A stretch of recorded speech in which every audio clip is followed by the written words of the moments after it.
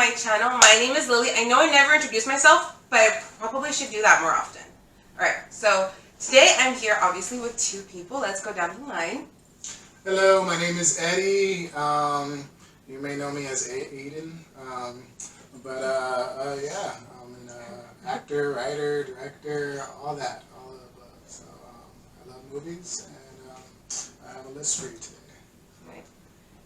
Hi, this is Manny Alexis. You may know me from right now when I introduce myself as Manny Alexis. You can follow me at boafetish.com. I don't know. People, they plug into Snapchat or their blogs or something like that, or the podcast. I don't have any of those, so I'm just here. So, Movie Manny, that's my name. Movie Manny. Movie Manny? There you That's go. what we're going with. Movie Manny. Okay, so I'm here with Eddie and Movie Manny, who, if you remember, for those of you who watch my channel, obviously, were my actors in A Year and a Month. We did very good jobs, by the way. Thank you, thank you. Okay, so what are we doing today? No singing, no acting? What's going on? Okay, so what we're going to do is we're doing something a little different. Since the year, or rather the decade has come to a close, and it's been a pretty epic kind of decade for film, mainly because there's been a lot more with new technologies, new ways of filmmaking, a lot of foreign filmmakers coming up to the big table, being able to bring some things that are amazing and sometimes a little better than what we are. And streaming. There's so many more ways to watch, consume, and discuss movies that we thought, why not get in on the fun? So, that being said, what we're going to do today is we're going to go over our favorites for the decade. We are picking 2 movies per year, and we're going to discuss them year by year. And I've set some rules. The rules are mainly simple. They have to be one favorite, one critically acclaimed. You're allowed one superhero movie at a time because, let's face it, this decade was just chock full of superhero movies. And we cannot let them take over everything. Them indie movies need some love. I agree. Alright, so we're going to go down from Manny this way.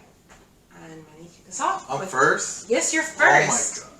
Oh my god. You're first. We're going to go. I'd rather go not first. You want to go not first? You want I mean, because there's some movies I'll talk about. Like, it's been a while since I've seen these movies, so I made this list. And I'll be like, it was amazing. And that's it. But, I mean, if you guys want to jump in, jump in. Yeah, so we are going to discuss them and our choices. Because it's been a while for some of these. It's been 10 years or whatever. Okay. Right. So my list isn't compiled of, like, movie darlings or indie darlings or pretentious critic choices. So I'm going with Furry Vengeance. God. I'm going with Furry Vengeance, starring Brendan Fraser. Are you serious? The best movie Oh, I thought you were kidding. of all time. It's the best movie of all time. It's like Brendan Fraser's last movie that I could think of as major movie. It was so good that he's like, nah man, I'm done. And he went out on top like Seinfeld. That's so good. Okay, I'm lying. Alright, my first movie. My first movie is Inception. It's Inception by Christopher Nolan. It kind of came as a surprise to a lot of people. I think you look at the trailers and it doesn't tell you the plot per se. This is exactly why I didn't want to go first, because Inception's a great movie. I just don't remember how. I have it too. Okay, cool. Because I remember I watched it like this. It impacted me. There was a lot of stuff that I really liked about it. The score by Hans Zimmer is awesome. There's like 4 tracks in there, like Time. The Edith Piaf, or I can't remember her name. The song. Edith Piaf. Piaf. Yeah, that song. I think it's a star-making performance for Joseph Gordon-Levitt. I mean, he was kind of popular for Brick, but this movie really cemented him. I think Leo, they cemented him as a leading actor too. I think the last movie before that was Aviator, but he wasn't starred. It wasn't the big hit they wanted it to be. And Tom Hardy, of course, this is the major one that made people notice him. I almost forgot he was in the movie. Yeah, and he's like, dream a little bigger, Ellen darling. Page is in the movie Ellen also. Page too. Really She good was job. really good. I like Ellen Page. But Tom Hardy. Tom Hardy. Always Tom Hardy. He was in Star Trek as a clone, and I think Was he? Yeah, he was a clone of Picard or something like that. He was like the main villain for Nemesis. And, yeah, that's true. He was like. And I can't remember. He was in Rock and Roll, but this was the movie that people were like, I need to know. This is, for me, I was like, I need to know who this guy is. I'm really interested to see where he goes from here. Especially since all his work after was very different. I think it was. Because Warrior was. It's true. This is when he was slim cut. He wasn't. Yeah, Because Warrior I think is also within that year. Oh, that was next year. It was the next I know that because it's on my list for next year. But yeah, And your second pick? I don't know if you want to jump on that or you want to talk about Inception when I it can gets jump to you. on. Well, I just wanted to Inception. I really liked Inception, and it almost made my favorite for the year. I have it as one of my honorable mentions. I just love the concept of a heist movie done within dreams, and the dreams within dreams, and just those layers of what's going on and everything. There was a lot to play with and everything. It was a good movie. The ending, though. Yeah. Oh God. yeah. So Inception's also one of my picks for that year, and I think this is the more critically acclaimed one that I have on that of the two because the other one's kind of funny. But for me, Inception, I remember I got there like 5 minutes late to see this movie. Oh wow. Yeah, I did. I missed the first 5 minutes, so I was a little lost. It's a heist. But for a movie that's this like convoluted, and it is convoluted, but in a good way. There's a lot going on. There's a huge like problem plot for me. Like it took me about half an hour to realize what was actually happening. You miss a lot in those 5 minutes, so I had to watch it again. When I watched it on second viewing, I was amazed. Like I could not believe that I didn't get this when I watched it in theater because I waited obviously till it came out to rent it. So and I remember the ending. Yes, I have gone through the whole thing. Whatever. The ending is what it is. It's up to me. In my version of the movie, he got out. In my version of the movie, he got out. I actually had a conversation with a friend of mine about a year ago when she finally saw the movie. She had never seen it. And she called me, she's like, did he get out or no? I was like, it's up to you. It's up to you, the audience, to interpret it the way you want to. It's interpretation. And a lot of people say that it wobbled, but then it went back straight. People say it wobbled too much and it fell. It doesn't matter, though. The thing is, the ending doesn't matter. It was everything before that matters. My mind was literally blown when I realized what exactly they were doing. Like, how they were planning to incept the idea. Because there's a lot of gunfire, there's a lot of, like, big action, so you don't, like, what exactly is it that they're trying to do? And then once you hear him say the things that he says to Cillian Murphy's character, you think back, or at least I do, I think back to when they're talking about the plot. Like, how they're going to get him to dissolve the company, when they are setting up the story that they want. It's pretty much telling you the movie. But it's so kind of quick, and it's that whole heist feel that you don't feel like they told you the movie. You're very, like, invested. That's the word invested. Actually, it's the opposite of a heist film when you think about it. You break in to put something in. Put something in and then get out. That's true. But it is a heist film. But I'm gonna blow your mind right now. Like, if you really want to know what the ending is, that top is not his totem. His ring is his totem. Is it? His ring. It's always his ring. His wife's totem was the top. So it didn't matter what he saw as the top. His totem was the ring. See, the ending doesn't matter. So if you watch it and if you see the ring or not, then that's how you figure it out. But his totem was the ring. It was Leonardo DiCaprio's. If he had the ring, that means he was in. I mean, it's up to you. But the top, everyone looks at the top. It's like it's spun or stop spinning. Like it was never his totem. It was his wife's totem. I think they should. What was his wife's name again? Marion Couture. Couture. Yes, I love Marion Couture. There you go. I love her like thread in the movie and everything, and that whole sequence about them kind of like trying to live forever in the dream and everything, and then the whole going back to reality and her having like withdrawals toward going to that and everything. Because they grew old. They grew old in there. They grew old together, lived an entire lifetime, and then came back to reality, and that's just like. And then it kind of reminded me of Memento, where they're like explaining the whole thing with what was it, the insulin, with the mother with the insulin and the diabetes and stuff like that. It's kind of a similar kind of sequence and everything that they did with Inception. All right, so I think we're going to leave Inception there, and we're going to move on to your pick. Oh, okay. And then we're going to go back to his So that was the critically acclaimed one, right? Mm-hmm. So for me, that was, I don't know if you would call this a documentary or a feature film, but it was Exit Through the Gift Shop, directed by Banksy. You should definitely check that out.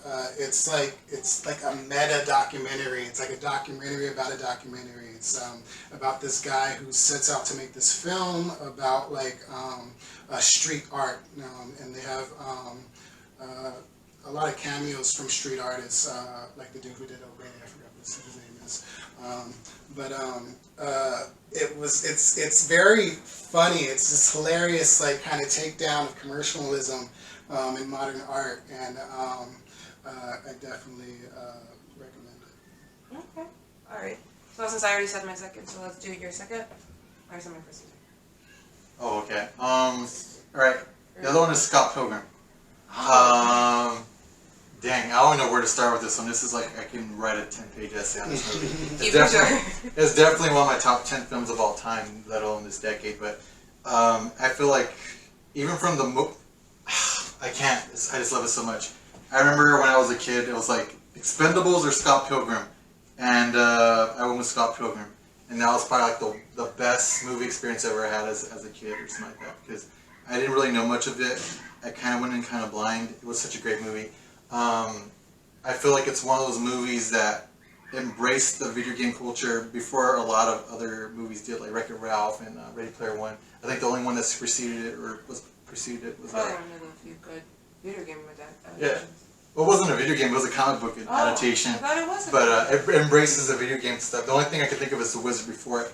But from the beginning, you hear the Universal theme with the 8-bit, the very foul music that's played at one point. There was a video game. I think it came maybe after the movie. Yeah, it was based on the movie. It was based on a manga. The manga, and then the movie came out, and the video game came out. Just like the manga. Such a great movie. It's Edgar Wright. That's like one of my favorite directors of all time. I don't think he's had a miss for me. The great cast. I think, great cast. Had a lot of people before they were famous. Chris Evans, Captain America was in it. Brendan Routh, Aubrey Plaza, Brie Larson. Yeah, of course, Brie Larson. Such a great cast. A lot of Easter eggs. Everything about that movie is layered. It's awesome. Between all the X's and stuff like that. Scott Pilgrim Zero. Patel has like that one eye shown. Like, there's so many layers. The second one, I can't remember his name, but Chris Evans' character, he has doubles. So there's a lot of humor, a lot of creativity, and I wouldn't say intelligence, but it's a very smartly made movie. That's it. The music's great too. I like that movie too. Like Amanda Pill on there, the drummer. She was kind of barely recognizable in that film. Ba-bam. So, I feel like I'm not doing the movie justice, but it's like, I can't. Go see the movie. Yeah, it's really awesome. There's too much going on. Yeah, it's so great. There's a lot going on. It's very awesome. I like 3 versions of that movie. So my pick, again, for 2010, and this is like less of like, less prestigious film, I guess. This is a Korean film called The Man from Nowhere. Have you seen that? Everyone tells me to watch it, and not to watch the American version, to watch the Korean version. Right. Okay, so I kind of forgot. I didn't know what this movie was called for a long time because I kind of stumbled on it, out of nowhere in some streaming service and everything. And I watched it, and I was blown away by the style of the action, and then it's kind of like Man on Fire meets Taken. But it's very stylish, and I wish I could say more about it, but it came out in 2010, and I saw it a long time ago, but I remember it being a very good movie. Which, like it says something that it stayed in your brain for 20 years, so yeah. it says something about it. I really want to watch that movie. I'm going to apologize for everyone here. It's like, because we made this list, but we didn't really watch them. Yeah. So we're kind of going from memory, so like, if we're right. not doing it justice, like, bear with us. Yeah. I agree. Be kind to us. Yeah, Comment on this. So my second pick, I did watch recently actually, is Easy A with Emma Stone. Yes, I know it's teen movies. I was 20, 21 when that movie came out. I'm so old. It's okay.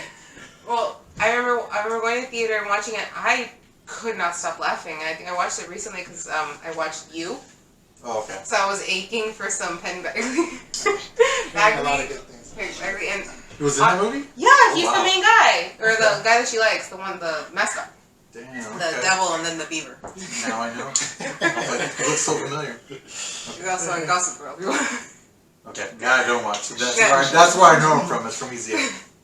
Well, anyway, I love the humor in that movie. Also, Stanley Tucci, who is a gift from God, in my opinion. Stanley Tucci, I love him. Emma Stone, I think that's the movie where I started to pay attention to her. I didn't like Superbad, mainly because I was never big on like that type of comedy. Easy A was like, I guess the comedy was similar, but a little more cleaned up for me because it took me a while to get into, I guess, raunchy comedy, because a very sheltered life. So like to transition into that and watching movies, it was always hard for me to like laugh without just being grossed out. So for me, Easy A was just this perfect combination of that kind of nastier humor, but still keeping it like for a younger audience. I love her in that movie. I think she did such a good job. I think it was a really good preview on what we were going to get to see from Emma Stone. Amanda Bynes had me cracking up. I could not believe half the shit that came out of her mouth. Like, I could not. And which is a testament to her that she did have some skill, but she was able to deliver those lines and, keep a straight face. Because I would not have been able to. I think that was her last movie too, Amanda Bynes. She retired after that. Yeah. She had her issues. Yeah. Her issues. It's a great movie. But I think it's a really good teen movie, and I think for me it's held because I can still look back on, like, watch it again and be like, oh yeah, these jokes still hit. It's still pretty funny. I think the story is very empowering for young kids. It's like fuck what everybody else thinks. Sorry, I cursed. So you can bleep it out, right? So you don't get demonetized. She won't though. It's PG-13. We can just, as long as we don't drop another F-bomb. Everybody gets one. Alright. But I don't know if we're all gonna talk about it. No, yeah, everybody's gonna talk about it. I haven't seen it. You haven't seen it? You should watch it. It's funny. It's really funny. I do have like a teen kind of comedy on here though, like I guess. Same girl film or something. What I liked about that movie was it was a love letter to John Hughes movies. I feel, and I think that's all I got. It wasn't in my top 10 for that decade. I'm trying to remember, but I enjoyed it. I liked Emma Stone in it. That's it. It was a retelling of Scarlet Letter. That's all I know. Yeah. But that's how I remember it. Which I think a lot of the like good teen movies are retelling like that. Like you think like, was it 10 Things I Hate About You? Clueless. Yeah. Clueless is Emma. 10 Things I Hate About You was The Taming of the Shrew. I think so. Yeah, Taming of the Shrew. So it's like with Heath Ledger.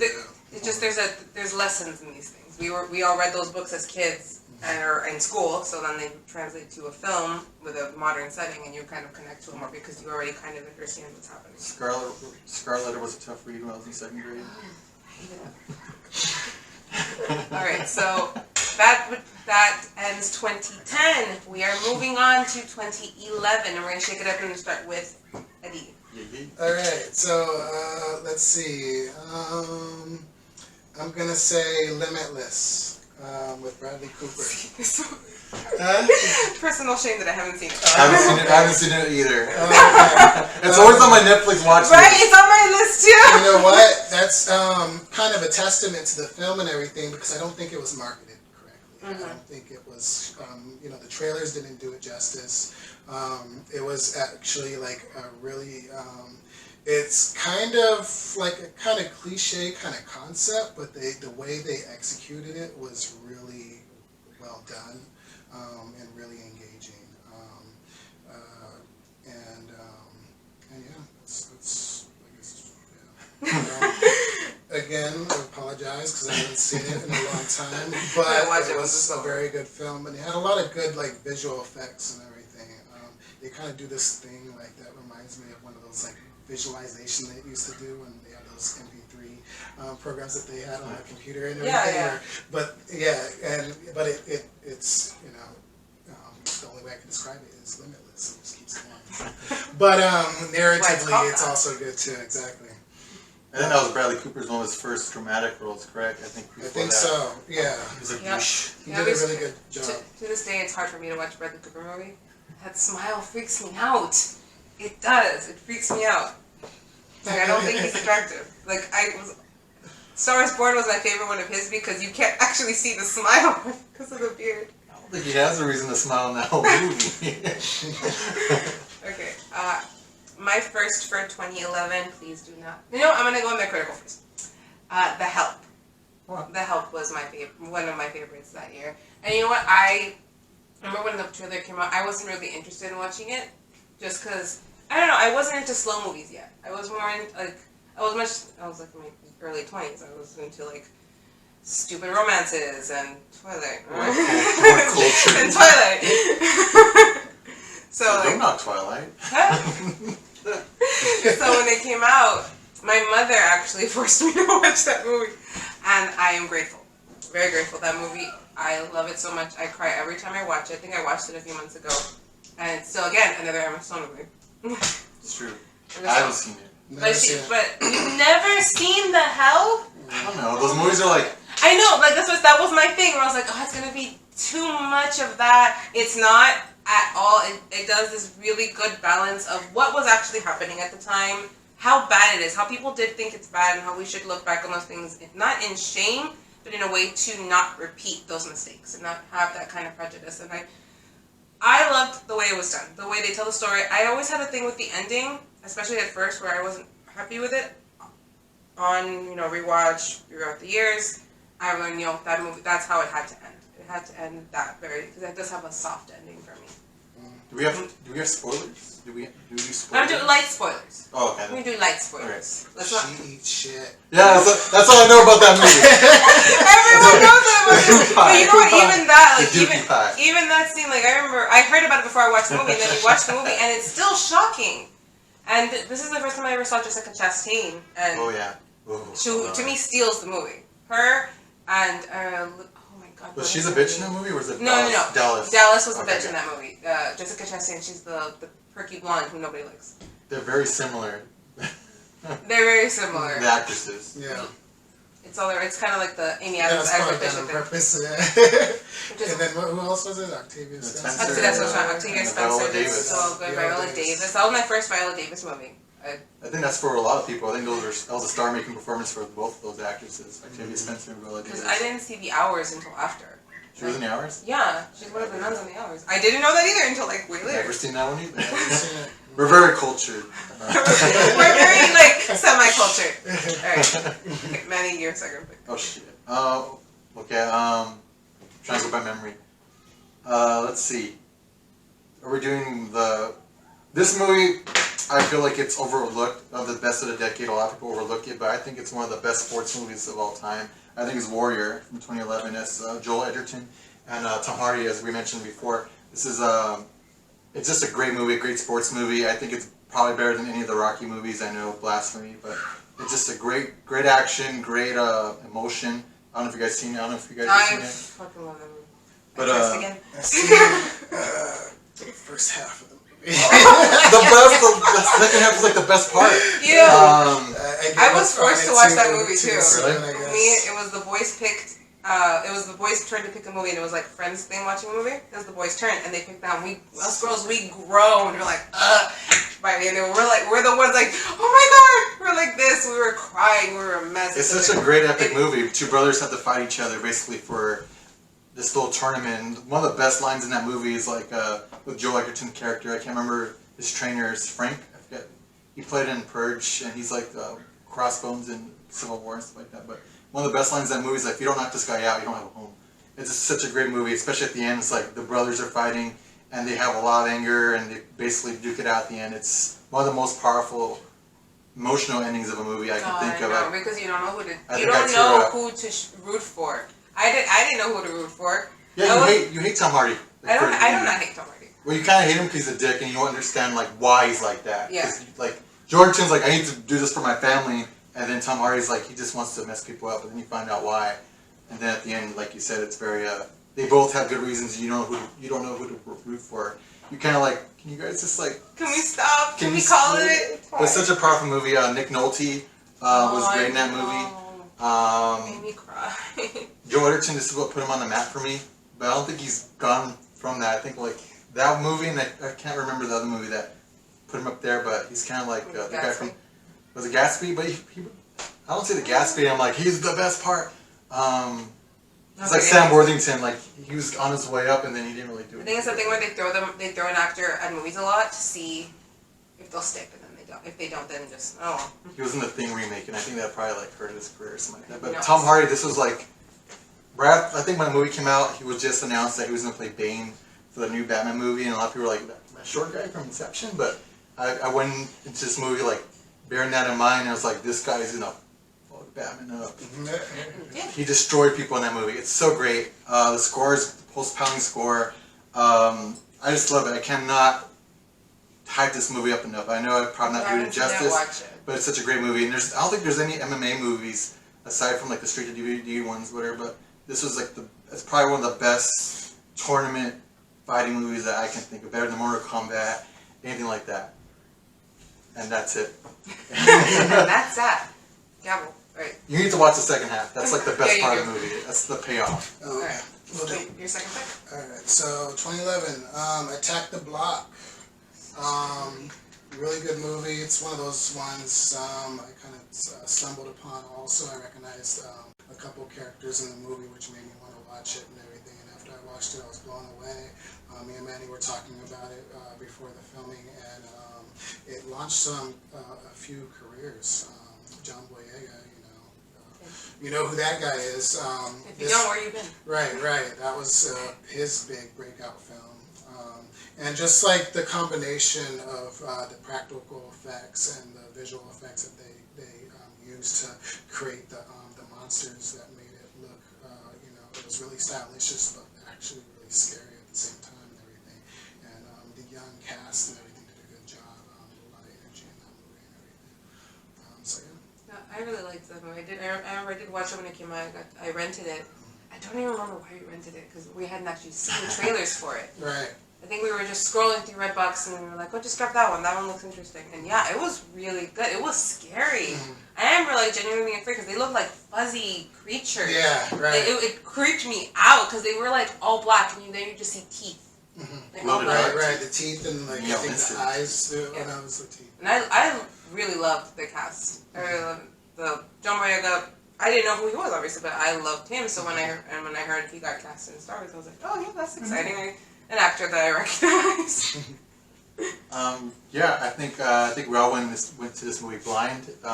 There wasn't a lot of talk for it. I think the poster does the movie disservice. It's not a great poster. I think it's a bunch of kids like that, and it's like it's a terrible poster. Yeah. But I think I went into it because I think I saw like a brief trailer that showed Nick Frost. I was like, oh, I know him from Nick Frost was inside. we kind of covered most of it, but the score is great. It's like pulse pounding. You feel the suspense in the It's action. a vehicle for a lot of people in there, like the new Doctor Who. I can't remember her name right now. Jodie something. She's the new Doctor Who. John Boyega. I think I might be confusing my actors, but I think one of the kids went on to play Dre. I think in Straight Outta Compton. I'm not sure. I don't know. Did I play Dr. Dre? I think so. I think he's British, right? I don't remember, but I know one of the kids plays like he's in The Flash. But it launched a lot of people's careers, and justly so.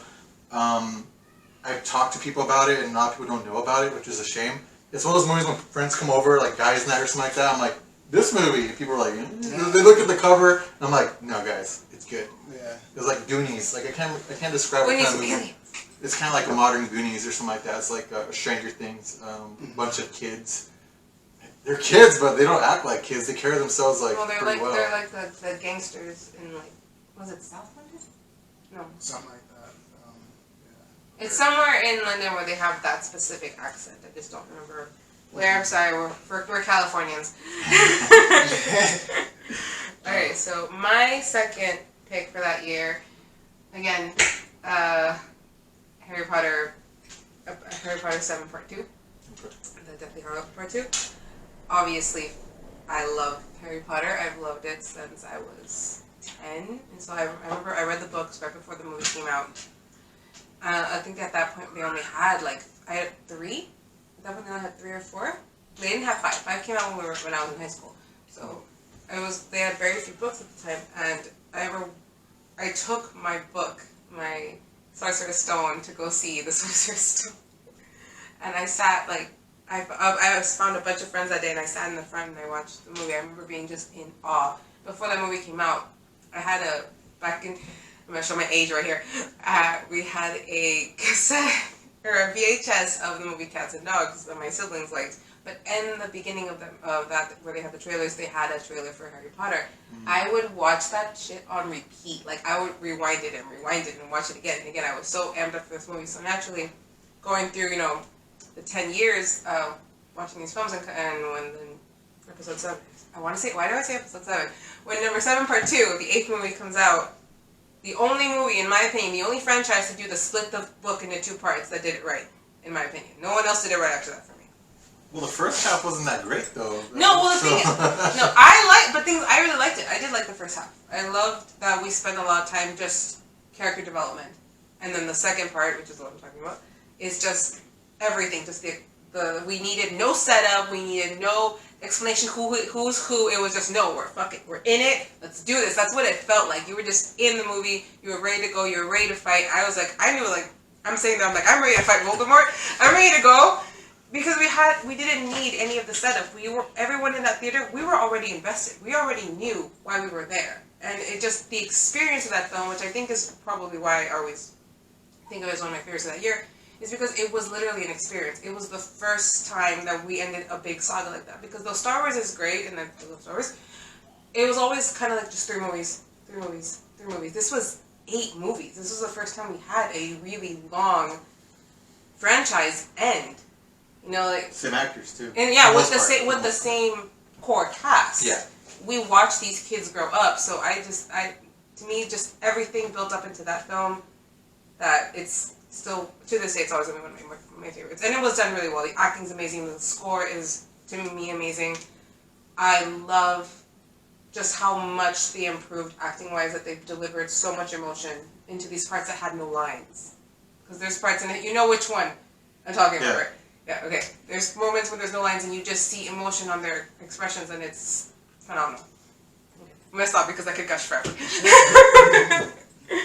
Anyone else has something to say? I saw it one time and that's it. And I like Harry Potter. I think when movies like that end, like, it's very hard for me to go back and rewatch something like that. Just for me. I was hyped for it. I saw the movie and I was like, and that's it. And that's it. That was it. It's over. And that's it. I wasn't crying about it. And I'm a big Harry Potter. Well, not the biggest Harry Potter fan, but I'm very well versed in Harry Potter and lore and stuff like that. I don't accept a few things. I don't accept a few things to come out with. So. My biggest issue, there's like one thing that there's a death in there that they kind of like glanced over, and I felt was a major impact on the book, and in the movie they didn't do it justice, I felt. Yeah, that did happen a lot, I think. Yeah, especially near the end. But it was better than the first half. That's all I can say. I mean, I think the first half was, in order for this part to be that good, you needed that first half. You needed it to be that way, I think. So it's like, it's a big epic.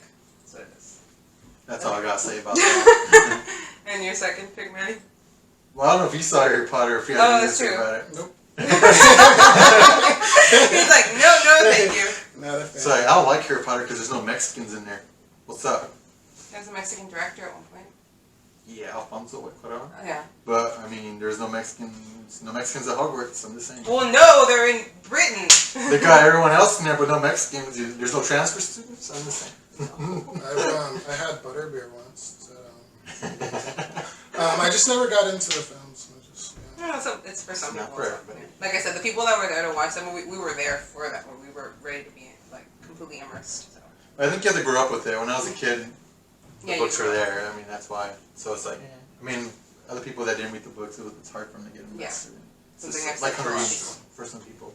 I can't get into Hunger Games. Oh, is that's on here? That's on there? Go, You got Hunger Games on there? Okay. Oh, awkward.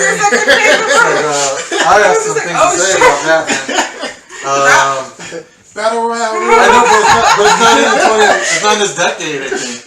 Okay, I love Battle Royale. And then, yeah, there's a lot of movies. Like I said, the 2000s was my decade for movies and everything. So I had to really reach for like 2010s and everything. Right. But we got a list going. My next movie for 2011 is like this director is well known, a big lover of superhero films, Martin Scorsese's Hugo. I don't know if it's on your guys' list or if you guys have seen it, but I haven't actually. I feel like it's. Oh, really? Okay. No. Dang, it's all on me then. It's something that Martin Scorsese did. I feel like it's a love letter to the silent movie era.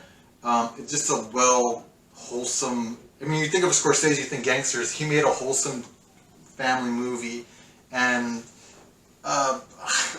I'm going to do this movie injustice, but it's such a great movie, and I don't want to spoil the movie per se, because I think it's better if you go in blind if you haven't seen it, but it's just a well-made movie. It stars a kid that everything he touches he wants to fix, and at the end of the movie, in terms of relationships and everything he comes across, he fixes them. It's such a great movie. I think it's one of those movies that made me tear up when I saw it. Highly recommend it. I can't name any of the freaking actors in the movie because they're all kids. Grace. Yeah, Chloe her Grace and Moretz. I can't remember, Asha Butterfield and Asa Butterfield.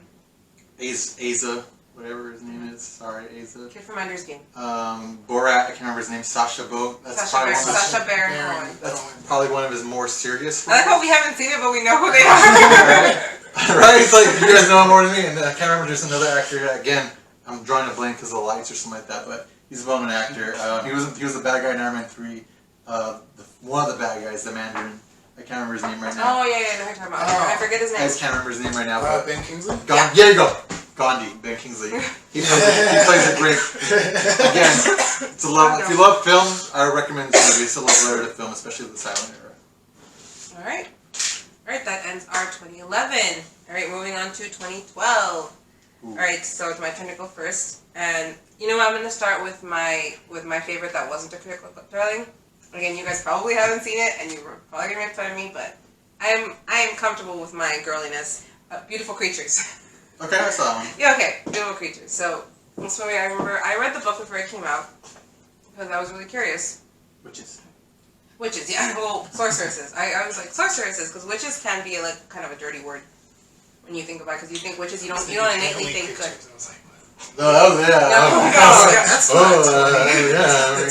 No, so you saw it as a kid. This came out around the tail end of all of the supernatural teen dramas that were coming out, thanks to Twilight, because we had like Warm Bodies and we had a bunch of other ones that were pretty much the same premise. One of them was supernatural, falls in love with a human, yada yada yada. This one, to me, did it better than Twilight and all the other ones because they knew what they were. They weren't overly melodramatic. They ran with the humor of the situation that they were in because it is silly. Like this girl who has magic powers falls in love with a random kid. Like it's a silly premise, and it's one that Solo. Falls in love with Solo. Okay, yes, he is he does play Solo. Eventually. I'm so. One of the reasons that I love this movie so much, and it's actually his performance. I'm blanking his name right now because it's really hard to pronounce, but Eldrick or something like that. Yeah, it's a very difficult name to pronounce, but his performance is what sells that movie. Because if you read the book, the way he translated it to the screen, it's exactly what you picture when you read the book. The exact person that you're picturing when you're reading those words, it's who he acted like. And he did such a good job. He was my favorite part of that film, hands down. I loved Lena in the book, but I just felt that he stole the show. Like, he completely stole everything. And they had some pretty heavy hitters on there. They had Emma Thompson. They had, oh my god, his name, I forgot, Scar. Emma Thompson, she was in it? Yeah, she's in it. I know there's Amy Rossum's in it. Oh yeah, Jeremy Irons. Like Scar. Jeremy Irons. Fiona from Shameless. Yeah, Amy Rossum. There you go, Amy Rossum. And then they had the lady from The Help, whose name is escaping me again.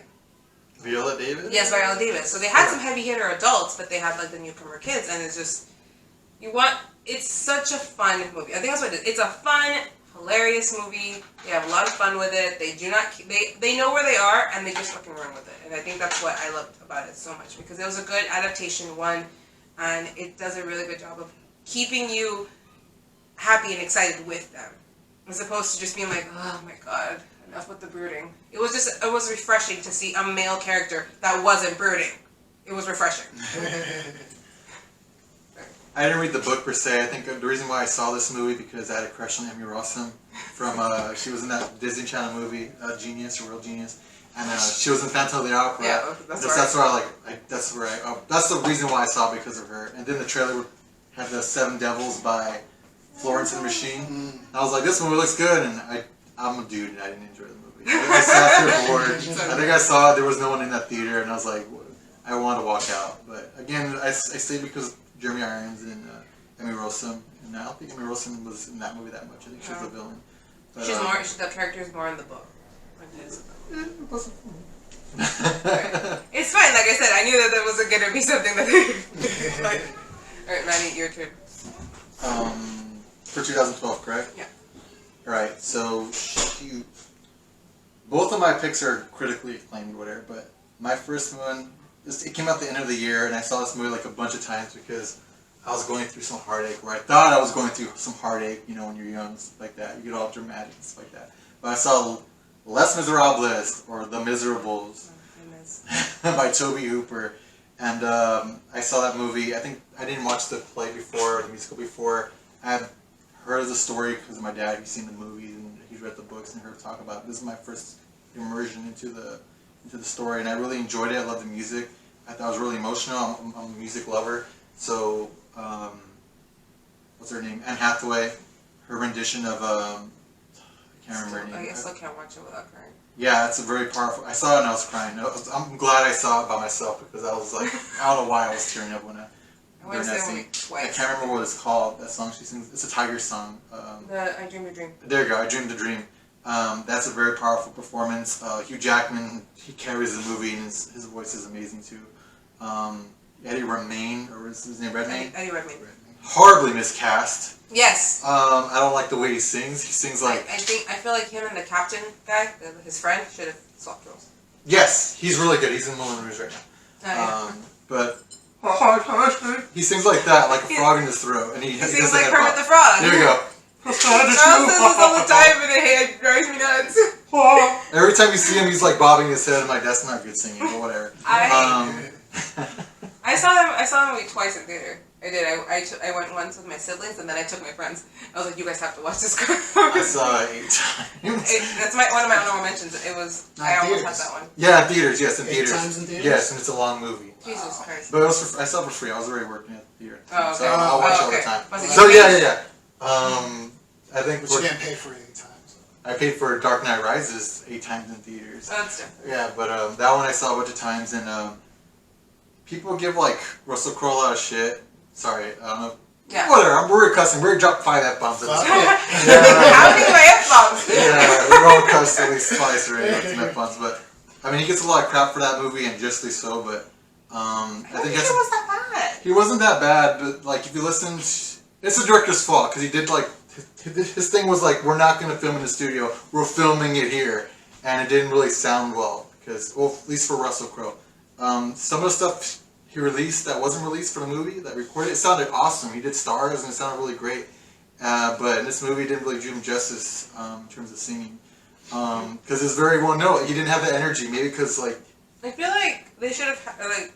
I liked the fact that they filmed it that way. Because I felt that it brought more emotion to the songs. For everyone else but him, apparently. It's not Russell Crowe. One more revolution. It was like you know didn't... what? And that goes to my brother Brendan, that his songs were his favorites.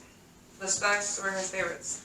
It's a great song, but not his rendition. But what's interesting is like this is Toby Hooper's like first foray into musicals, and a lot of the problems I had with this movie were exacerbated in the movie Cats that came out last month. The same director. Did you watch it? I did not.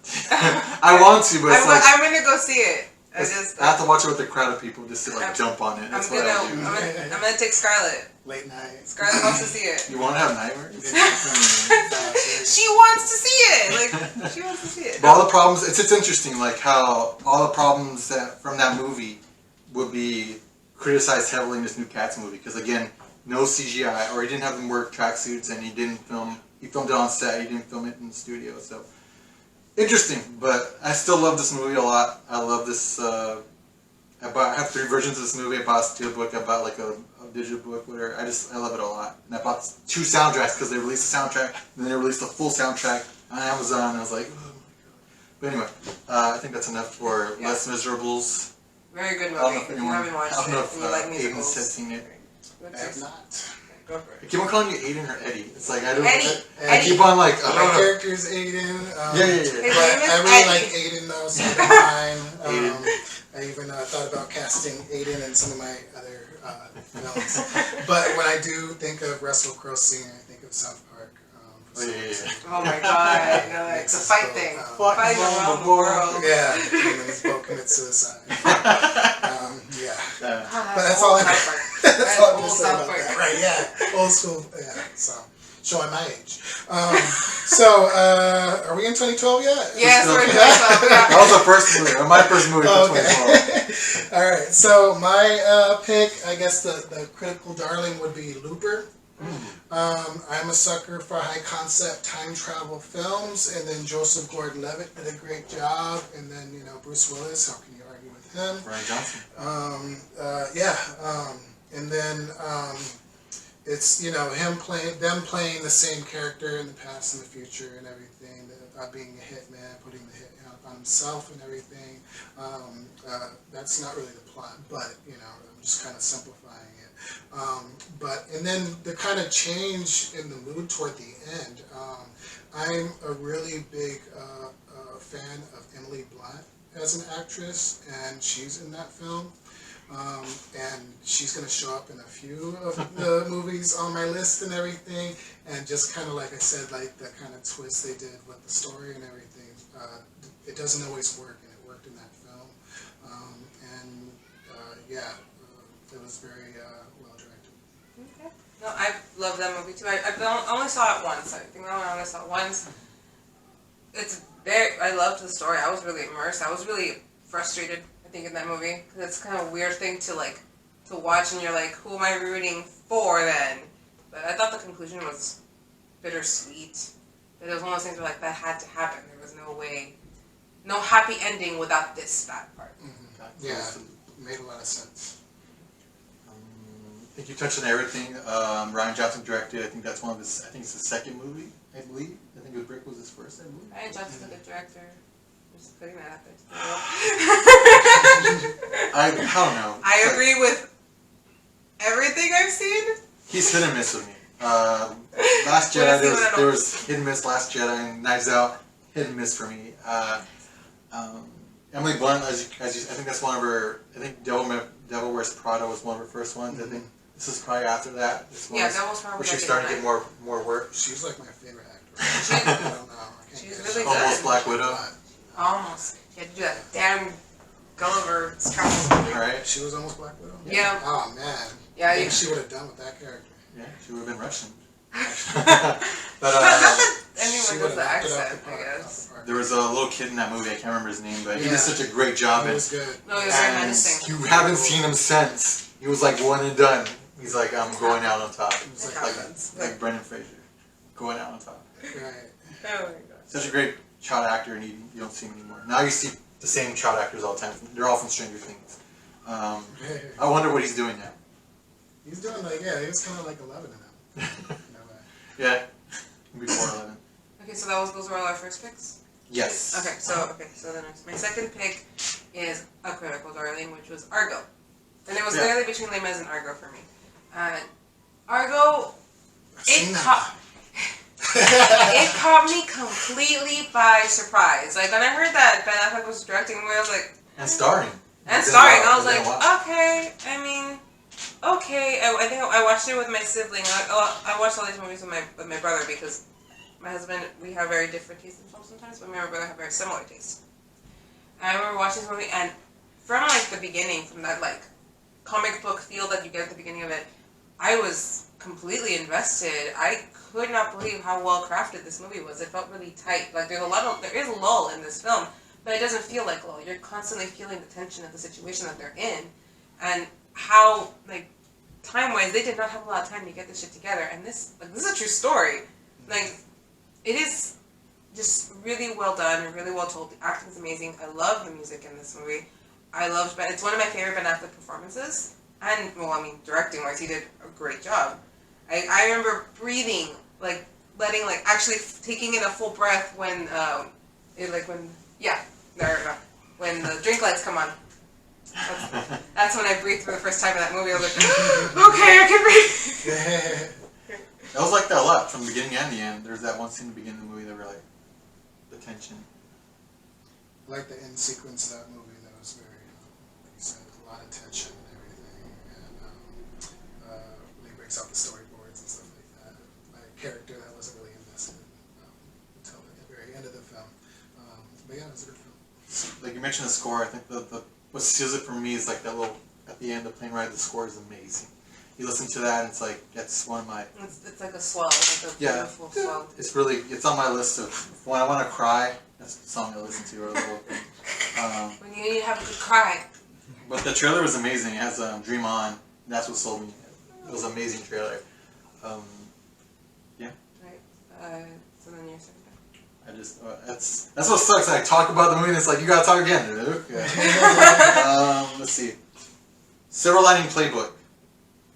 I don't know if it's on your guys' list, but it's David O. Russell. I think this is a movie where I think it's made Bradley Cooper get a lot more attention. I think Limitless helped him. I think this would pushed him to the moon. And same with Jennifer Lawrence. I think she was only known for her games at that point, I believe. I think. But such a great movie. People talk about De Niro with The Irishman last year. It's like, oh, he's returned to form. I believe he returned to form with this movie. Yeah. Very emotional performance between him and his son in this movie, Bradley Cooper. So it's a great movie that delves into mental illness and bipolar. Is it bipolarism? Yeah, bipolar disorder. Yeah. Such a great movie. The chemistry is awesome. I think it's my favorite Jennifer Lawrence performance. When she cares, and this is one of those movies where I feel like she cared. Chris Tucker kind of had a comeback in this movie. He was great in that. Such a great all-around movie. Feel good. It has everything you want. I don't want to say there's action, whatever, but there's a lot of drama. There's a lot of comedy, and just a lot of heart in this film. A great use of the song by Stevie Wonder. I can't remember the name right now. My Cherie Amour. Every time I hear that song, I think of this movie. I really loved. This is one of the few movies where I like Bradley Cooper because one of his big scenes with one of the breakdowns. It's like one of those things where it's hard to watch, just because I know people with this disorder and I witnessed a few. It's real. Yeah, like it's almost as you're like, holy crap, yeah, that's what happens. It's this very strange, manic state where they don't really acknowledge that they're having any kind of that there's nothing wrong. They're going through the motions, and you're on the outside watching, and you're like, you need help. How do you tell someone that? He's looking for something. Yeah, when they don't think what they're doing is wrong, it doesn't register with them. So I think he did a really good job of having that. Like that balance where, yes, I am aware I have disorder. No, I don't think what I'm doing right now is a disorder. And the remorse too, like the aftermath. Yeah. There's the one scene that he loses it, and you just feel really bad because you know he can't help himself. Yeah, this is definitely. I think it's my favorite. Jennifer Lawrence performance, my favorite Bradley Cooper performance. The anger. I loved how she expressed her anger. So, the only thing I'm going to criticize that movie about is Jennifer Lawrence's performance when she all of a sudden knows everything about football and she starts taking the swigs and the beater. Oh yeah. I thought that was kind of weird. I just didn't like that part of the film. But like you said, the stuff about mental health and and David O. Russell is a good director. So that's the only thing I'm gonna say about it. Her drinking beer. He doesn't like the way she drinks beer. Right. Sorry, it's Austin all over again.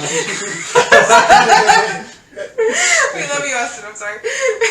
Okay, so your second pick for my second pick was Chronicle. Found footage superhero film. It was kind of like there wasn't too many films that came out in 2012 that I wanted to put on my list, but Chronicle was a very creative way of approaching the found footage genre and everything that was kind of popularized with Blair Witch and the Paranormal Activity, Cloverfield, Project X, stuff like that. So when it came with the superhero film and everything, it's kind of original, and it also kind of had kind of a delve into a character study on mental health and the way the character was reacting to the things in his life and how that manifested with his powers and then his reactions with his friends and stuff like that. So. I think that on the point of the way he took being a superhero and having those powers, I don't know what film or what book or show, whatever, I heard this line where it was like, when people get power, you see who they really are. And it's one of those things where they don't become bad. Power doesn't corrupt. Power shows you who they are. They were always that person. They just now have the ability to be that way. But at the same time, you're watching, so you kind of sympathize with the kid. Because, I mean, it's not like he had an easy life. And, yeah, sometimes when you go through what he went through and, like, what people in some situations go through, they would react very similarly. But, case in point, I ask my husband all the time, like, if you had superpowers, would you be a hero or villain? Like, I'd be a villain, because what has the world done for me? So it's like, you always have to ask yourself. I think the movie does a really good way, does a really good job of showing you that. It's a really good quote. I've never seen the movie. Oh, in its entirety. I've seen bits and pieces of it, but Also, Michael B. Jordan is awesome. yeah, I can't remember the other guys. Like, I think they were pushing them. Dehan, I forgot they were pushing him. Dane DeHaan. He's like the main character in that, but his career is nothing Amazing Spider-Man. He did a comic movie, and that movie went. Michael B. Jordan did a comic movie, and it's funny how things work out for him. And then he did Creed, and it got him. We forgave him. I'm not a big fan of Michael B. Jordan. He's like to me, he's like a big face actor. I liked him in Creed, and I like him when he's working with what's his name? I know which director you're talking about. I can't remember his name right now. Fruitvale Station and yeah. I can't remember stuff like that. It's the guy from Black Panther. The guy who directed Black Panther. No, but I can't remember his name. I can't remember his name right now. It's pissing me off that I don't know. Yeah. He's up there. He's one of the great directors or whatever. But I've never seen this movie in its entirety. I think someone tells me the brother dies first. I'm like, I don't want to see this. No, we said light spoilers, Manny. So like, well, it's like light spoilers, but I think with Chronicle, like I think they even show you in the trailer that he's the first one to go, and the three other people are like, he did this or something like that. Directed by Ryan Coogler. There you go, Ryan Coogler's he's awesome. Okay, so we're gonna go, Manny. We're gonna start with you again for your first pick of 2013. So we're on to 2013. Well, you saw Chronicle, right? Yeah, I spoke about it. Okay. I'm the only one that hasn't seen Chronicle. I just don't like found footage movies that much. Are we doing 2013 now? Yeah. Jesus. Okay. 2013. All right, so I think this is one of the best comedies I've ever seen. It's called This Is the End. I don't know if you guys have seen it. Oh my god. It's one of the best. It's who's who in comedy all into one movie. Who's who in Hollywood, actually. Yeah, everyone in Hollywood. Like Kevin Hart wasn't that famous at that point, and Aziz Ansari, and they're all in it. Just Random Emma Watson. Random Channing Tatum. Channing Tatum. Channing Tatum. Was an interesting character in that movie. Spoilers. Yeah, definitely. But he's in a movie. I think it's one of the best comedies ever. It's like high concept, just fun. It's like Michael Cera was great. Yeah. It just looked like a big party. Like everyone just like just act like yourself. Just like in this situation. Right. I was laughing like from beginning to end. Such a great cast. I don't know if you ever watched the special features for like Knocked Up or for Superbad, but the special features you see them do like documentaries, like they're fake documentaries of like Michael Cera, and Michael Cera's he plays like an asshole like that, and then I can't remember anything else, but basically if you watch in all these movies that are produced by what's his face, Judd Apatow or something like that, all these actors are fake or documentaries where they play exaggerated versions of themselves or comedic versions, and they brought them into this movie. So Michael Cera, like he plays the asshole in this movie, which is funny, again spoilers, but just a very. I mean that's early on. Yeah. That's early on. It's a very fun horror comedy movie. Like I think it's one of the. Every time I put it on, I cannot not watch it. It's one of my favorite comedies of all time. So many laughs. Danny McBride, I feel, steals the movie. Oh no! You know what I'm talking about. But such a great movie. I think everyone in that movie shines. James Franco. I can't, like you said, Emma Watson. She shows her comedy chops in that movie. I cannot write this enough. Backstreet Boys is in it, so I mean, it's just a great movie. My favorite comedy of all time. It's a good movie. Rihanna smacks the shit out of Michael Cera, and she wasn't acting. Like she really smacked him. Yeah. I think I heard that. Yeah, that was funny. What's your first pick? Sorry, for 2013. Me? Mm-hmm. Oh, okay. I picked Wolf of Wall Street. Martin Scorsese, Leonardo DiCaprio. Anytime they link up, it's going to be good. It was. I should have prepared more to say about it. But I feel like if you haven't seen it, you should go ahead and see it. It's a long movie, though. It's a long movie, and that's when I first kind of discovered what Quaaludes were and everything. Oh yeah, Quaaludes. Quaaludes, and then Thing with Cosby came out and everything. which was kind of relevant. But Little do we know. that whole sequence was hilarious. But just like just the development of the narrative from the beginning, and them acquiring the wealth and everything and changing their character. And it's a hilarious film. It's funny. It's hilarious. I think the Quaalude scene should be like, like a lot of like drama classes, they make you act like cats or something like that. I think they should all be forced to reenact the Quaalude scene from beginning to end. I feel like that's every workshop should do that. Definitely.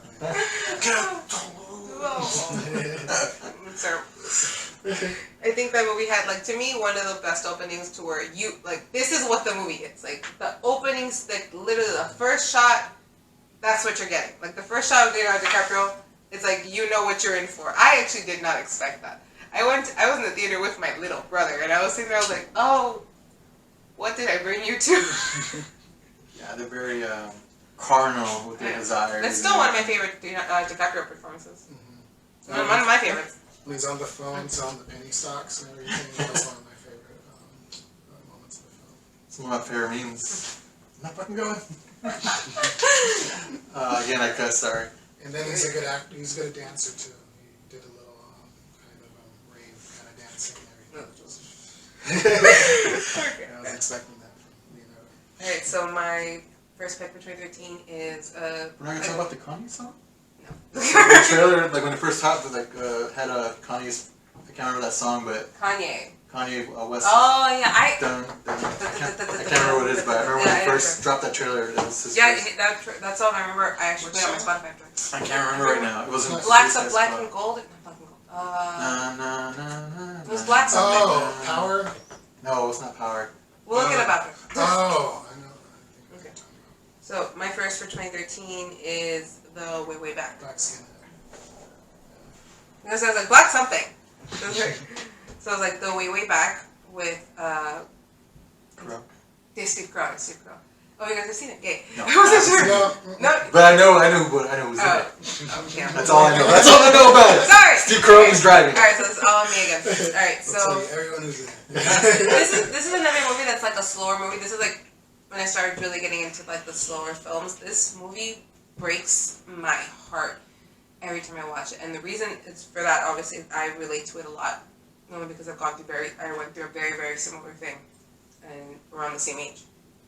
So I remember I watched this movie with just me and my brother and my sister, and then we forced our mother to watch it, kind of like, sorry mom, and me and my mom, we had a heart-to-heart afterward. She was just like, I'm sorry she like apologized to me for something that was like years past, because this film showed her what happens when a mother puts a partner over their child or their personal happiness. And it's something that when I watched it again as a mother, it's very impactful, because you see, like, it's not that your life has to be given up for your children and you have to only think about them, but your actions have consequences for them. And this movie does such a beautiful job of showing a boy going through what he's going through: a parent's divorce, a mother's new boyfriend, being in this situation where he's feeling attacked by his mother's partner, and he's not doing anything to help him. And it's a very simple story. And I'm sorry, what is his name? The guy from 3 Billboards. Sam Rockwell. Thank you. Sam Rockwell. Oh my god! Like, it's just every time I see Sam Rockwell, I have the same things. Like, why do you not get more parts? And then obviously Because they always cast him as rednecks, dumb rednecks. But he did so good in this movie, and the main kid, whose name also escapes me, but he does such a good job. No, the little boy. I mean, the main boy. Something like that. He's the main kid. Was he in Percy Jackson? Yeah, that's him. We're very professional. We know Yeah, what we're doing. sorry, but I have no idea. I haven't seen him in anything else, but he did so good in this movie. And if you haven't seen it, it's a feel-good movie for sure. It gives you like all the souls, and all just the acting across the board is just so good. Right, I'm done. Okay, All I'm Matt. gonna say is Toni Collette is in the film. Yeah, Toni Collette. She plays the mom. And she's awesome. Remember, She like, can do honestly, no Steve Carell, I watched The Office. I am not a fan of his character in The Office at all. I hate him. And this movie makes me hate him more. But that's only a testament to how well he does. Like, you hate him because he does so good. I haven't seen Foxcatcher. You're gonna hate him too. I wanted to though. Okay, Manny, your second pick first, right? Shoot. Okay. For 2013. Mm-hmm. It's another David O. Russell film. It's American Hustle. It's been a while since I've seen it, but again, David O. Russell, great cast. Christian Bale gained weight again, and he was fantastic in it. Bradley Cooper again is in it. Jennifer Lawrence again is in it. Yeah. I She's just don't fun. like Jennifer Lawrence. Yeah. She just maybe she just wasn't. I don't like Jennifer Lawrence that well either. I think she has a Tweety Bird head. That's just me. First of all, I love Jennifer Lawrence, alright? Different kind of type. I miss her. I really do. This is what we need, though. We need. I think when the leaks came out, I'm like, I developed a different appreciation for her when during some leaks a while back, but I don't like, I don't really like her that well. I'm sorry if she ever watches this, but I'm not a fan of hers. I don't like Winter's Bone and stuff like that. The only roles I've ever liked her in was in Silver Lining Playbook. Again, she's here. I feel like she kind of phoned it in. She's just there. She doesn't have a big part. I just remember there was a big controversy because she demanded equal pay. And she had like, for her and Amy Adams. Yeah, but she because was maybe not her, but Amy Adams. Yeah, Amy Adams. She deserves to. I don't think Amy Adams was a problem. She didn't say anything. Like, she didn't like make a comment, but she was getting paid less than the men. But I can't remember. Not by much. It wasn't like a huge margin, but it was still there. I'm not gonna touch that because it's controversial. I know. There. It's like it's in the past. I don't want to be like, this video bites me in the ass later. Me too. But the movie was good. The movie's a good watch. The movie's a good watch. I like Jeremy Renner actually in that movie. I think like very randomly. Well, yeah, that's true. He's in it. You feel sorry for him. I can't remember the guy from Boardwalk Empire. He's like Danny Houston, or he's one of the Houstons. He plays a good part. It's just a fun movie. Robert De Niro kind of phones it in, but it's a small part. Yeah, a small part. Just a good movie. At the end, it's one of those like, I don't know if it's a heist film per se, but it feels like a Sting movie, like a Sting. Yeah. It was a great movie. I liked it. That's all I gotta say about that. So Christian Bale was awesome in it, and he gained weight for it. He always commits. Right. Yes. Your second pick for 2013? Who, me? Mm-hmm. Oh, Snowpiercer. Oh. How romantic. You like that movie? I do, but I can't watch it again. No? I loved that movie, but it's just that line that he learns at the end, and I'm just like, I can't watch this movie again. What's the line? Refresh? I forgot the line. Yeah, what's the line? No. You find out that babies taste better. Oh. Interesting. I don't anything remember. about Yeah, maybe I was just like, kind of, took that out of my memory or something. But, I can be kind of, subjective about my films and stuff. And there was some stuff in that film that I didn't think was realistic and everything. I think when the Axis came out and stuff, then all the main characters should have died. But looking past that and everything, just this train and everything, and then like what do you call it? The class. Yeah, the class separation. The class separation as they continue through the train and everything was super interesting and everything. And Amanda Peel's in that movie too, and she's weird. Fuck in that movie. But Chris Evans, in a Korean film, he would like, what is he doing there and everything? Octavia Spencer's in that also. Yeah. But just the atmosphere in the movie and it's a good film. It's a very, very good concept. It's a very scary concept. When you think about like apocalyptic movies, and that's what it is. Technically, it's an apocalyptic movie. Right. Spoilers. Light spoiler. That's a light spoiler. Everybody's living on this train. Yeah, and it's one of those things where it's a comment on our society, I suppose. But I always like to take that out and then talk about that, like focus on that later. But like when you're watching the movie, you really get like immersed in this world because it's a world. It's a train, but it's a world unto itself. And they did such a good job of portraying it. And yeah, Chris Evans, one of his better performances. It's a film I like to revisit because I've only seen it the one time and I liked it. I feel like I need to revisit it again. Probably get a better appreciation for it.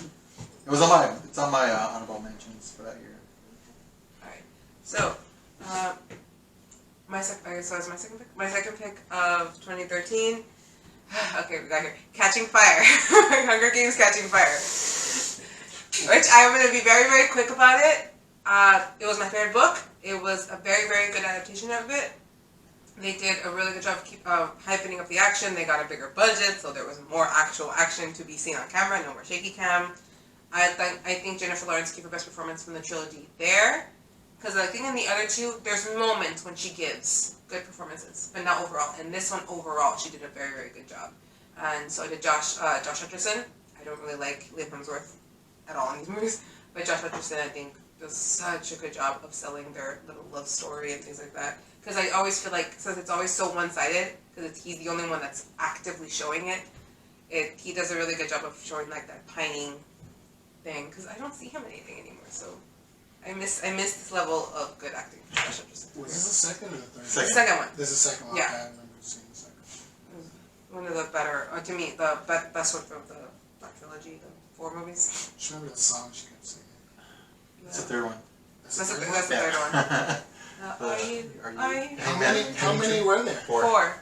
They split. Oh, Because they okay. split the last book in 2. For some reason, I was thinking it was like a trilogy, and I was thinking, Because the books are a trilogy. Yeah. It's just they split the last one in 2. Because it was popular then. Because Because I was like, Harry 'cause Potter and Twilight. the did last not one's need the to. only one I haven't seen. So Yeah, I stopped that's why I caring. was like, yeah. Neither one of those movies need to be split in 2. I agree with you. That's the best one. The Hunger Games. I just didn't care for it. Philip Seymour Hoffman does a great performance in it. Yes, the late. This is the best of the. That's the best one I've seen of that. Quadrilogy or something like that. I didn't like the first one We because peaked at 2, guys. I didn't like. Yeah, we did. We peaked that too. I didn't like the first one because I remember a lot of people were hyping it, and I watched it. And I'm like, this is Battle Royale, and I was like, this is better. Battle Royale is way better.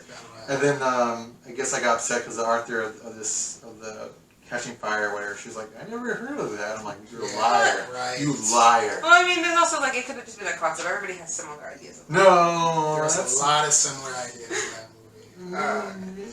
It's like, The only thing I think Hunger Games had over Battle Royale is they kind of explain further like why they had like the events that they did. Yeah. So give it more of It a wasn't really, it wasn't Like explaining Gladiator Battle type. Royale. They World just kind of threw building. them out there and everything. world building. Right. But I did like the Coldplay song that plays At the end. the credits and everything. He likes the credits. Atlas. Yeah. I like I the like the credits. Christina Aguilera song. I can't remember what it was called. You know, Burning the Fire. my favorite song that was made for for those movies was actually the first one with Taylor Swift and the guy and the girl whose names are escaping me. The Civil Wars or something like that they're called. I really liked that one. I didn't really care for the other ones. All right, so let's move on to 2014. Who went first last time? I think I went first. Okay, so Okay, 2014. I'm gonna go with Whiplash. A drummer film with J.K. Simmons and what's that guy's name? Miles Teller. Miles Teller. Super good film about studio drumming and this bully of an instructor played by J.K. Simmons and the main character kind of losing his mind trying to reach that level of perfection. right. And it's just it's I don't know what else to say about it. It's just a really good film.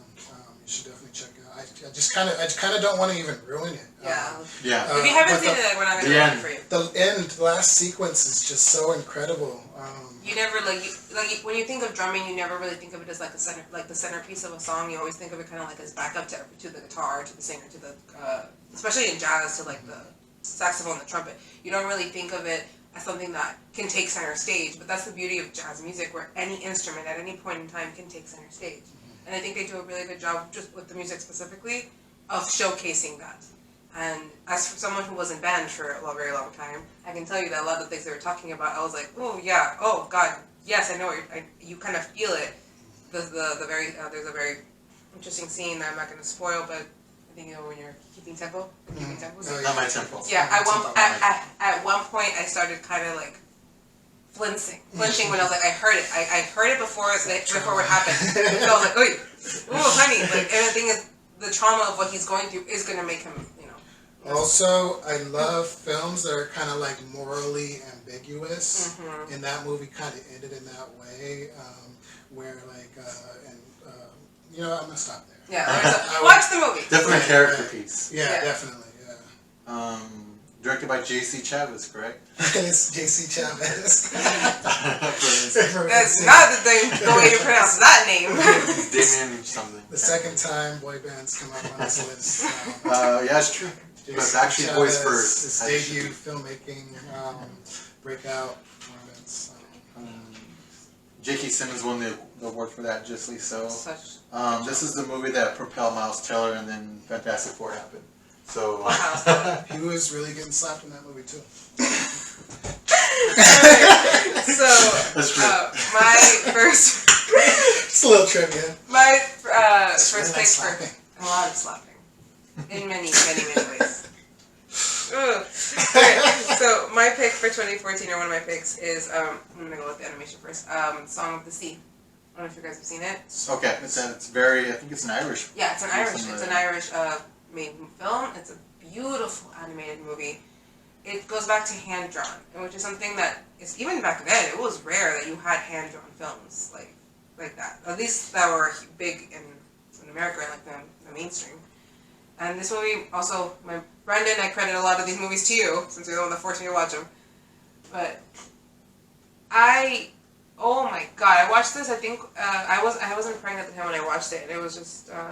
No, yes, I was. I would have had I was either pregnant or just had the baby, and it is such a beautiful movie. Like I don't think I could ever express just how beautiful the story is. The animation is gorgeous. The music, guys, the music. I taught my 5-year-old daughter how to sing a Gaelic song, so that we can sing it for bedtime.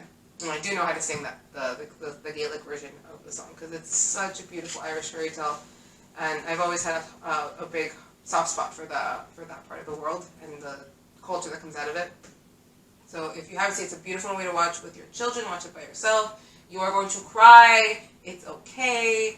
And like not even Pixar movies made me cry that much. It's such a beautiful movie. I don't know if you guys have seen it.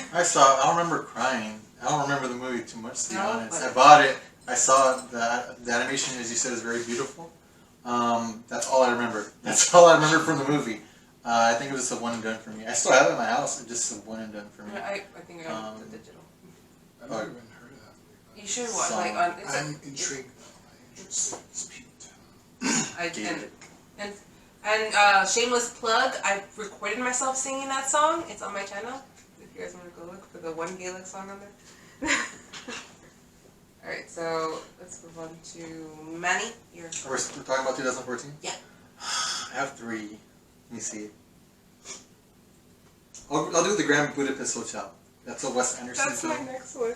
Okay, we can talk about it. Yeah. We can talk about it. Grand Budapest Hotel. I think it's my. I don't know. My Wes Anderson films always change from time to time, but for a lot of it, it's usually up there.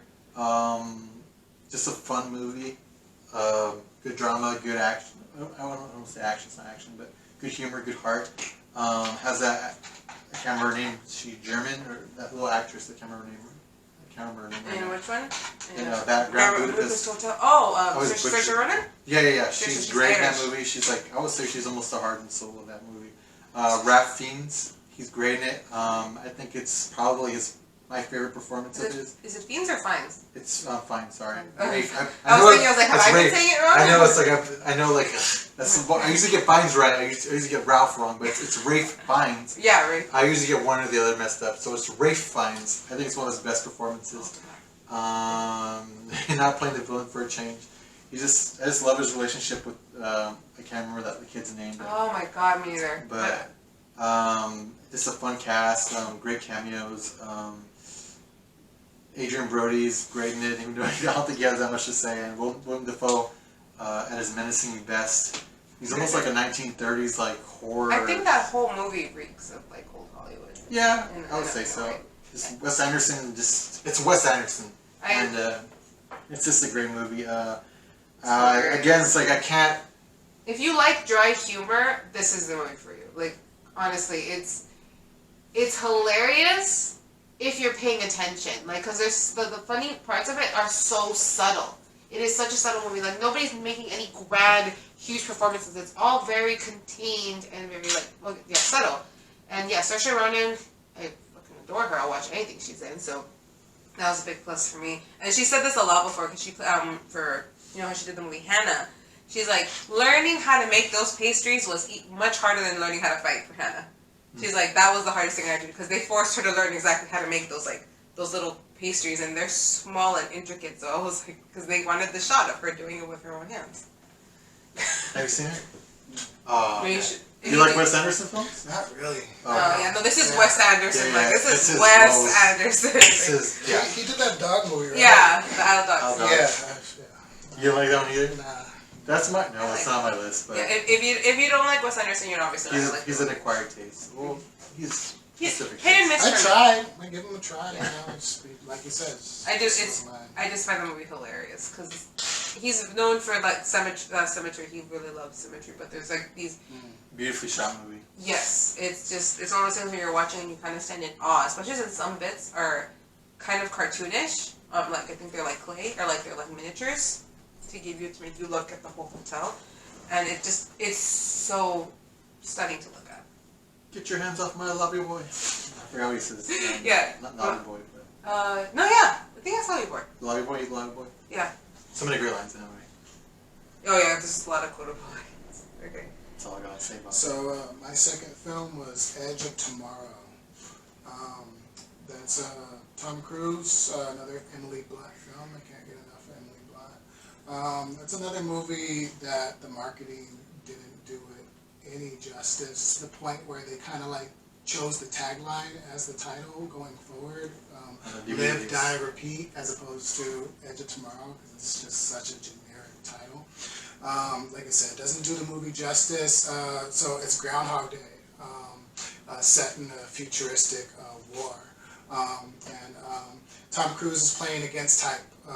You know, he's always this badass and everyone. So sure of himself. Right, and this one he plays a straight up coward and everything. But he has a huge character arc because, you know, he goes through so many days reliving the same thing and everything. Which could be very cliche, very tired and everything, but this is one of those films where they, the approach, the execution made up for the concept and the unbelievability of the armor that they use to fight the aliens and stuff. Like I said, Emily Blunt, she can, I feel like she can play anything, but she just frequently plays like these like soldiers and everything, and she does it great. She's in another one of the films coming up that I'm gonna bring up, which I probably just spoiled myself. No. But that was an honorable mention though. But yeah, great actress and great film. Very fun movie. I really liked it. I saw it the one time. It's exciting. Tom Cruise. Tom Cruise always surprises me in certain things because I feel like he plays type all the time, and so that when you see him play against type, it is really fun. Like he's like, oh yeah, you are an actor. You can do more than the Mission Impossible movies. Right. And yeah, obviously Emily Blunt. It's very unexpected. Yeah. I enjoyed the movie. I just think that with Tom Cruise, I guess he has this bad luck. If it's not Mission Impossible, his movies don't do that well. I think he was in a space movie before that. I can't remember what it was. Oblivion. It was Oblivion. It didn't do that well either. And this one, I guess, is just a trend of him not doing well outside of Mission Impossible movies. It was a great movie. I really liked it. Again, it was called Edge of Tomorrow, and then when they released it on DVD and Blu-ray, it was like Live, Die, Repeat. I don't know if I think the sequel is called Edge of Tomorrow too. I think that's coming out soon. They're making a sequel? Yeah. Oh. As of right now, who knows? But I think it's called Edge of Tomorrow too, so I think they're going to bring that back. Emily Blunt, I think this was the first time she was a badass. I can't remember her before that. I think she's always playing like these stuffy roles or like very British roles. This one, she bulked up for this one. She was like Sarah Connor in Terminator 2. Yeah, she did a really good job. I think that's all I gotta say about it. I've only seen it once. I enjoyed it. It was probably in my top 10 from that year. That's all I gotta say. I already said my piece with Manny about the Rainbow Place Hotel, so let's move on to 2015. We're waiting for 2014, you? Yeah. I only said one. Oh, yeah, no, that's true. Okay, I went again, so yeah, go again, sorry. I was like, I mean, we could skip it. No, go please. That was my bad, where I was counting wrong. Didn't you have three? Yeah. That's what I'm like. I wasn't mentioning Kingsman because Kingsman I feel like is a great movie, but I'd rather focus more on The Guest. I don't know if you guys seen the movie The Guest. Yeah, the one with Joel Edgerton? No. Is that the Dan Stevens, the guy who plays the Beast. I haven't seen that one. Alright, so I was going to mention The Kingsman, that's up there, but I feel like everyone knows The Kingsman. I feel like The Guest deserves more love, so I'm going to knock that out and put The Guest in there. If you love 80s movies, or horror movies in general, it's just a very fun movie starring Dan Stevens. Doesn't get a lot of love. I don't think, like you guys said, I don't think you guys even heard of it, but I've heard of it, I haven't seen it. I definitely recommend it. It's a very, let's say it's a parody. Like when the movie's called The Guest, and when you see The Guest, the titles, it's like The Exorcist font, whatever. The whole movie's just fun. It's like if you like Captain America, it's like that, but if Captain America was evil. He comes in, he's just a nice person that shows up. He shows up to his family's doorstep. He's like, hey, I'm here to tell you that your son died in the war, and I'm his best friend. The family like invites him in. He kind of stays with that family. He's like really good, and then forces come into play, and he reveals himself. I recommend this movie a lot. It's a great movie. It has a great score, great soundtrack. I just think that it's up there. I think everyone who saw it would like it. Okay. Definitely something. Watch it. It deserves it. I'm gonna check it out. The Guest. Alright guys, so I'm going to stop us right there because this ended up taking a little longer, about 3 times longer than I thought it was going to. So we're going to stop at 2014 and the next week I'll bring you 2015 to 2019. So thank you so much for watching. I hope you enjoyed that video. I know it's a little longer and a little different than what I usually do, but I love film and I love talking about films. And I brought on people who enjoy it too. So, bye!